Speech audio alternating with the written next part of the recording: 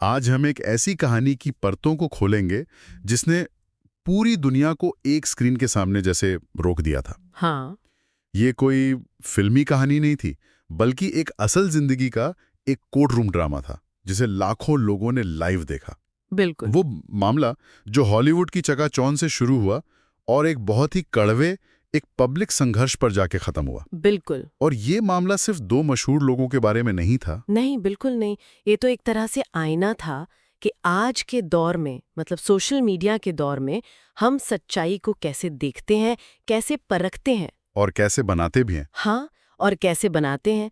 ये एक निजी रिश्ते के टूटने की कहानी थी जिसे सोशल मीडिया ने एक ग्लोबल तमाशे में बदल दिया, जहां हर कोई जज था, हर कोई जूरी था। तो चलिए इस कहानी को समझते हैं, ना कि सिर्फ ये कि क्या हुआ, बल्कि ये भी कि इसका हमारे लिए क्या मतलब है। और ये समझना जरूरी है क्योंकि ये कहानी दिखाती है कि शोहरत की चमक के पीछे कितनी कितनी मुश्किलें छुपी हो सकती हैं। कहानी की शुरुआत तो बिल्कुल किसी हॉलीवुड फिल्म की तरह होती है। साल 2009, फिल्म द रम डायरी का सेट।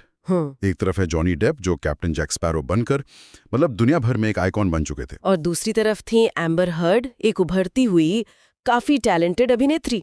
और कहते हैं कि पर्दे पर उनकी केमिस्ट्री कमाल की थी। और वो केमिस्ट्री पर्दे से बाहर भी आ गई। 2015 में दोनों ने शादी कर ली और मीडिया के लिए तो जैसे कोई सपना सच हो गया हो। हॉलीवुड का सबसे खूबसूरत जोड़ा, हर तस्वीर परफेक्ट थी, हर अपीयरेंस ऐसा लगता था कि ये एक मॉडर्न फेरी टेल है। लेकिन हम जानते हैं कि ऐसी कहानियां अक्सर सिर्फ तस्वीरों तक ही रहती हैं। तो वो जो पहली दरार थी जो पब्लिक में सामने आई, वो कब और कैसे आई? वो दरार 2016 में बहुत ही नाटकीय तरीके से सामने आई। शादी के सिर्फ 15 महीने बाद एम्बर हर्ड ने तलाक की अर्जी दी। सिर्फ 15 महीने? हाँ, लेकिन ये सिर्फ तलाक नहीं था। उन्होंने जॉनी डेप के खिलाफ एक टेम्पररी रेस्ट्रेनिंग ऑर्डर भी ले लिया और उनके चेहरे पर चोट के निशान वाली तस्वीरों के साथ घरेलू दुर्व्यवहार के आरोप लगाए। और बस एक झटके में वो पूरी परिकथा एक बुरे सपने में बदल गई और पूरा हॉलीवुड जैसे दो खेमों में बंट गया था। लेकिन मामला तलाक पर ही नहीं रुका।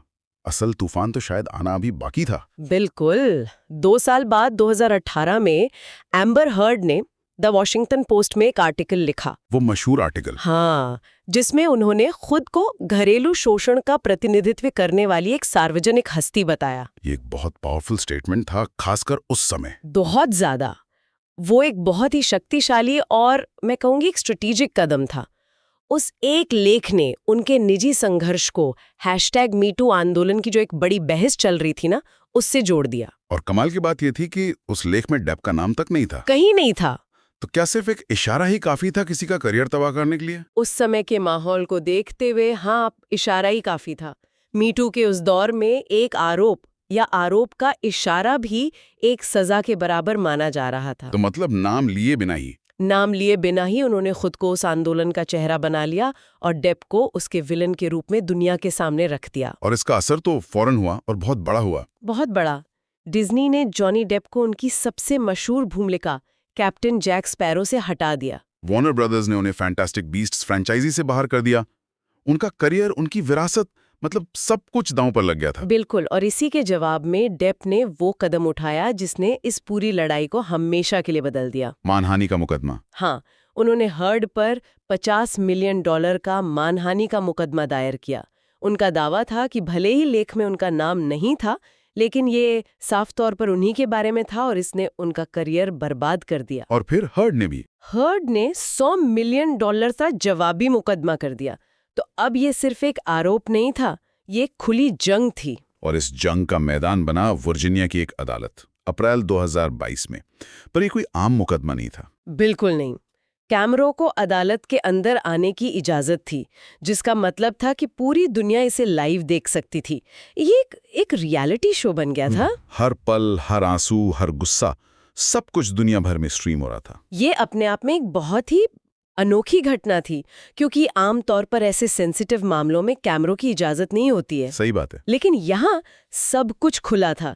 टेक्स्ट मैसेजेस, ऑडियो रिकॉर्डिंग्स, तस्वीरें, उनके निजी पल, सब कुछ पब्लिक स्क्रूटनी का हिस्सा बन गया था। और अदालत में दो बिल्कुल अलग अलग कहानियां सुनाई जा रही थी, एक दूसरे से पूरी तरह से उल्टी। डेप की टीम ने उन्हें एक ऐसे कलाकार के रूप में पेश किया जो एक मुश्किल रिश्ते में फंस गया था कि उन पर झूठे आरोप लगाकर उनकी जिंदगी तबाह कर दी गई। हाँ, उन्होंने हर्ट को एक मैनिपुलेटिव इंसान के तौर पर चित्रित करने की कोशिश की। और वहीं हर्ट की टीम ने सालों के शारीरिक, भावनात्मक और साइकोलॉजिकल शोषण की एक दर्दनाक तस्वीर पेश की। उन्होंने एक ऐसे रिश्ते की कहानी बताई जहां प्यार और डर एक साथ चलते थे, और जहां डेप का ड्रग्स और शराब का नशा उनके हिंसक व्यवहार की वजह बनता था। तो ये सिर्फ वकीलों की लड़ाई नहीं रह गई थी, ये परसेप्शन की, धारणाओं की लड़ाई बन गई थी। हर क्लिप, हर गवाही को यूट्यूब और टिकटॉक पर लाखों लोग देख रहे थे, उसका विश्लेषण कर रहे थे, मीम बना रहे थे। मतलब एक कोर्टरूम ड्रामा था जिसे सोशल मीडिया की एक कंटेंट मशीन ने जैसे अपने कब्जे में ले लिया था। और फिर 6 हफ्तों के इस मीडिया सर्कस के बाद 1 जून 2022 को वो फैसले का दिन आया। पूरी दुनिया की नजरें टिकी हुई थीं। हफ्तों की गवाही और इतने इमोशनल उतार चढ़ाव के बाद जूरी को एक ऐसे सच पर पहुंचना था जो शायद सिर्फ उन 2 लोगों को ही पूरी तरह पता था। और फैसला आया। जूरी ने काफी हद तक जॉनी डेप के पक्ष में फैसला सुनाया। हाँ, उन्होंने पाया कि हर्ट के लेख में 3 बयान मानहानिकारक थे और वो दुर्भावना से लिखे गए थे। उन्हें हर्जाने के तौर पर $10 मिलियन से ज्यादा की रकम दी गई। और वहीं जूरी ने हर्ट के जवाबी मुकदमे के एक पॉइंट को सही माना और उन्हें $2 मिलियन दिए।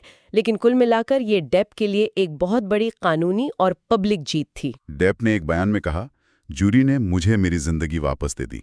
और एम्बर हर्ड ने कहा, ये महिलाओं के लिए एक झटका है। ये 2 वाकई इस फैसले पर जो दुनिया की बंटी हुई प्रतिक्रिया थी उसे पूरी तरह से बयान कर देते हैं। बिल्कुल, एक तरफ डेप के समर्थक जश्न मना रहे थे, इसे सच्चाई की जीत बता रहे थे, और दूसरी तरफ कई लोगों का मानना था कि ये फैसला ऑनलाइन नफरत और एक महिला के खिलाफ चलाए गए सुनियोजित कैंपेन का नतीजा है और ये भविष्य में दुर्व्यवहार की शिकार महिलाओं को चुप करा देगा। तो ठीक है, फैसला आ गया, डेप कानूनी तौर पर जीत गए। लेकिन जब धूल जम गई तो क्या वाकई किसी की जीत हुई? यही इस मामले का सबसे बड़ा सवाल है। ये मुकदमा सिर्फ कानूनी सबूतों पर नहीं बल्कि क्रेडिबिलिटी पर लड़ा गया था, विश्वसनीयता पर। हाँ, और जब लड़ाई विश्वसनीयता की हो तो जीत और हार बहुत धुंधली हो जाती है। ये हमें एक बहुत ही मुश्किल सवाल पर लाकर खड़ा करता है। क्या हम सच में सबूतों के आधार पर राय बनाते हैं या हम उस कहानी पर विश्वास करते हैं जो हमें ज्यादा पसंद आती है? और इस मामले में कहानी सुनाने वाले सिर्फ वकील नहीं थे, लाखों ऑनलाइन कंटेंट क्रिएटर्स हैं। और शायद असली फैसला वो नहीं था जो जूरी ने सुनाया।